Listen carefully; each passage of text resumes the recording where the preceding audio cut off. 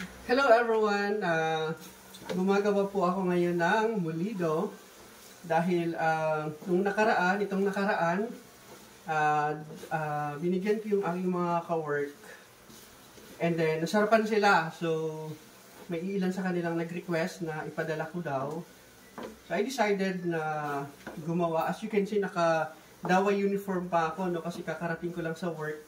And then, bumili ako ng kamote na 1 kilo. So, 1 kilo po ito.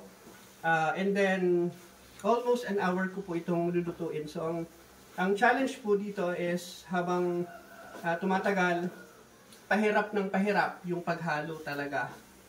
So, later on, sobrang tigas na nito. And then, yun.